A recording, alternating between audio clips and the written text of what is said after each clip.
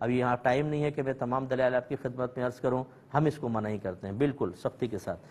ایک یہ کہتے ہیں کہ کسی عورت نے، شوہر نے اس کو 3 طلاقیں دیں، اس کے گھر والوں نے کسی اور شخص سے یعنی حلالہ کروانے کے لیے مشروط حلالہ کیا کہ تمہیں فوراً طلاق دینی ہوگی۔ ایسے ہی ہوا، نکاح ہوا، اس عورت نے مرد نے اگلے دن ہی طلاق دے دی۔ پھر اس لڑکی نے عدت اپنی بہن کے گھر گزاری جہاں بہنوئی بھی موجود تھا، اور بے پردہ گزاری، کبھی یہاں نیچے جا رہی ہے گیٹ کھولنے، کبھی کھڑکیوں میں کھڑی ہو رہی ہے، حتیٰ کہ عدت پوری ہو گئی، اور پھر اس نے پہلے شوہر سے نکاح کیا۔ اب وہ یہ پوچھتا ہے کہ کیا اس طرح حلالہ صحیح ہے، اور اس نے جو اس طرح عدت گزاری، کیا ایسے لوگوں سے تعلق رکھا جائے یا نہ رکھا جائے؟ لیکن اچھی طرح سمجھ لیں، اس میں اور دوسرے لوگ بھی بہت سے دلائل دیتے ہیں، لیکن نبی کریم صلی اللہ علیہ وسلم نے محلل اور محلل لہو یعنی حلالہ کرنے والا اور جس سے حلالہ کروایا گیا اس پہ لعنت فرمائی، یہ آیا ہے۔ ہمارے احناف فقہاء فرماتے ہیں اس حدیث کا مطلب یہ ہے کہ اگر کوئی مشروط حلالہ کرے یا اجرت پر حلالہ کرے تو یہ حرام ہے، لیکن حلالہ پھر بھی ہو جائے گا۔ بعض چیزیں حرام ہوتی ہیں لیکن حلالہ ہو جاتا ہے، یعنی وہ کام ہو جاتا ہے، حکم شرعی مرتب ہوتا ہے۔ جیسے آپ چوری کی چھری لیں اور اپنا جانور بسم اللہ اللہ اکبر کہہ کے ذبح کریں، بتائیں جانور حلال ہے کہ حرام؟ حالانکہ چوری کرنا حرام، کسی کی چھری کو بغیر اجازت استعمال کرنا حرام، لیکن جانور حلال ہو رہا ہے، کون کہے گا اس کو حرام؟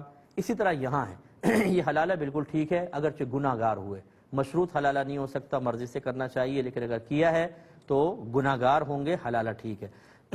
اچھا، اس لڑکی نے عدت صحیح طرح نہیں گزاری، اس کی پابندیاں اس کو برداشت کرنی چاہیے تھیں، بے پردہ نہ رہتی، اور خاص طور پہ بہن کے گھر میں جہاں بہنوئی بھی ہو اور زیادہ فتنے کا اندیشہ تھا۔ لیکن بہرحال جب اس کے 3 حیض گزر گئے تو اس کی عدت تمام ہو گئی، جب تمام ہو گئی تو وہ پہلے شوہر کے لیے حلال ہو گئی، اس نے نکاح کیا تو یہ حلال نکاح ہے۔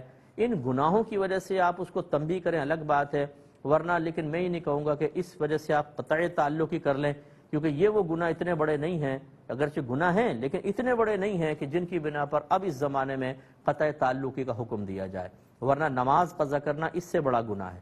کتنے آپ کے گھر میں نماز پڑھتے ہوں گے، والدہ، والد، بھائی، بہن، چچا، ماموں، تایا، پھپھا، خالہ، بے نمازی اکثر ہوتے ہیں، ان سے قطع تعلق کیوں نہیں کر لیتے ہم لوگ؟ غیبت کرنا حرام اور گناہ کبیرہ ہے، اور گھر میں تقریباً سارے غیبت کر رہے ہوتے ہیں، کیوں نہیں قطع تعلق کر لیتے ہم؟ اب یہ دور ایسا آ گیا ہے کہ اس میں بہت ہی بڑے اور مایوب، معاشرے میں بہت ہی مایوب سمجھے جانے والے گناہوں پر قطع تعلقی ہوگی، ورنہ عام اس میں نہیں کر سکتے ہیں، مجبوری ہے۔ مثال کے طور پر کوئی اعلانیہ شراب پیتا ہے، شراب بیچتا ہے، اسمگلنگ کرتا ہے، بدماشیاں کرتا ہے، بھتے لیتا ہے، یا 3 طلاق کے بعد بغیر حلالہ کے میاں بیوی ساتھ رہ رہے ہوں، یا ایک آدمی زنا کرتا ہے، آپ کو پتا ہے، ان سے قطع تعلق کرنا لازم ہوتا ہے۔ یہ بڑے بڑے گناہ ہیں اور ایسے ہیں کہ ان کے اثرات بہت تیزی سے سرایت کر کے آپ کو بھی معاشرے میں معیوب اور معتوب بنا دیں گے، یہ الگ چیز ہوتی ہے۔ یہ کہتے ہیں کہ ایک گھر میں ایک بکری نے بچہ دیا، اسی میں ایک کتیا بھی پلی ہوئی تھی، تو اکثر یہ دیکھا گیا کہ وہ بکری کا بچہ اس کتیا کا دودھ پی لیتا تھا۔ تو اس بکرے کے بچے کا جو بڑا ہو گیا ہے، اب اس کا گوشت کھانے کی کیا شرعی حیثیت ہے؟ دیکھیں، جب کوئی چیز حرام ہوتی ہے نا، اس کی جب حقیقت اور ماہیت بدل جائے، یعنی نام بھی بدل جائے اور بالکل شکل صورت کسی اور چیز میں تبدیل ہو جائے تو حکم بدل جاتا ہے۔ مثلا اگر وہ پہلے حرام تھی پھر پاک ہو گئی تو پاک ہو جائے گی، لہٰذا اس کا گوشت بھی اب پاک ہے، اگر دل نہیں چاہ رہا تو کسی اور کو آپ دے سکتے ہیں، ورنہ گوشت اس کا پاک ہے۔ اس پر اصول پہ میں مزید کلام کروں گا لیکن نیکسٹ پروگرام میں۔ اب ہمارا ٹائم بالکل ختم ہو رہا ہے۔ اب اپنے میزبان کو، ہمارے کیو ٹی وی کی پوری ٹیم کو اجازت مرحمت فرمائیں۔ آپ ہمارے لیے دعا کیجیے، ہم آپ کے لیے دعا گو ہیں کہ اللہ تبارک و تعالی ہمیں علم سے محبت، علماء سے محبت کی توفیق عطا فرمائے، خود بھی علم سیکھنے، دوسروں کو سکھانے کی توفیق عطا فرمائے، آمین۔ وآخر دعوانا